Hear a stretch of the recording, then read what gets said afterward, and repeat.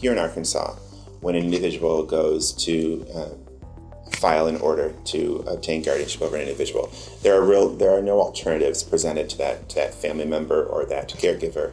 So it's automatically, boom, you're given a full guardianship.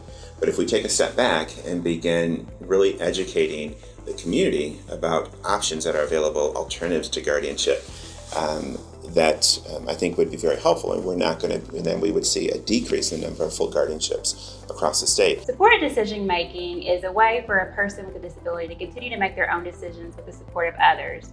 So it could be anywhere from one person to a whole team of people, whatever it takes for that person to make an informed decision. That allows the person to maintain control of their life, but also have the input of others they trust so that they know they're making the right decisions when they make them. And supported decision-making allows the individual to select who they want with them to make decisions with them. So it's a joint partnership between the individual with a disability and their supporter, and they review all the pros and cons just like any other decision is made, whether you have a disability or not. You look at all the information in front of you. The person with the disability has a supporter to help them navigate that process, but ultimately the decision rests in the hands of the person with the disability to make that decision. And what we need to do is to really look at identifying those skills that people have that are attributes to a supported decision-making process, right? Can this person communicate their desires? Can this person make decisions in their daily life, even on the smallest basis, right? And if not, how can we support them to develop those skills? And if so, then how can we give them access to the natural and service-related support systems that they need in order to maintain safety without stripping rights away from them? So I hadn't heard of supported decision making until I had come to ASN and MetSaird, and it was immediately something that I realized was a huge need.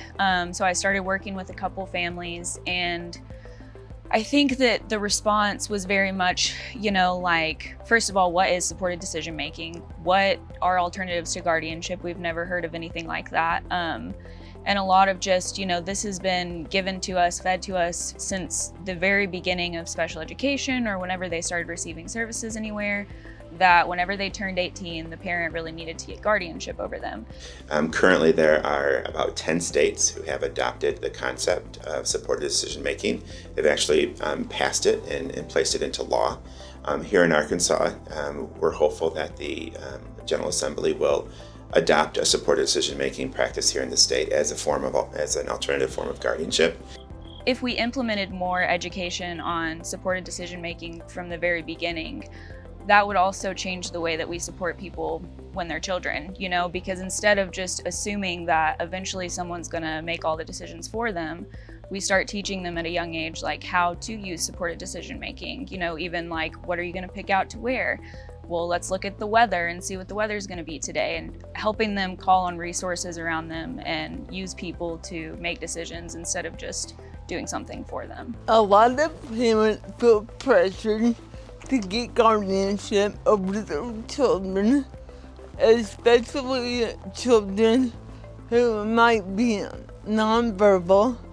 And I totally understand where they're coming from, that there are different ways they could go about helping the children or the young adults be a self-advocate without taking away all of their rights. I feel like when somebody gets full guardianship over somebody else, they've taken away all their rights as a human being.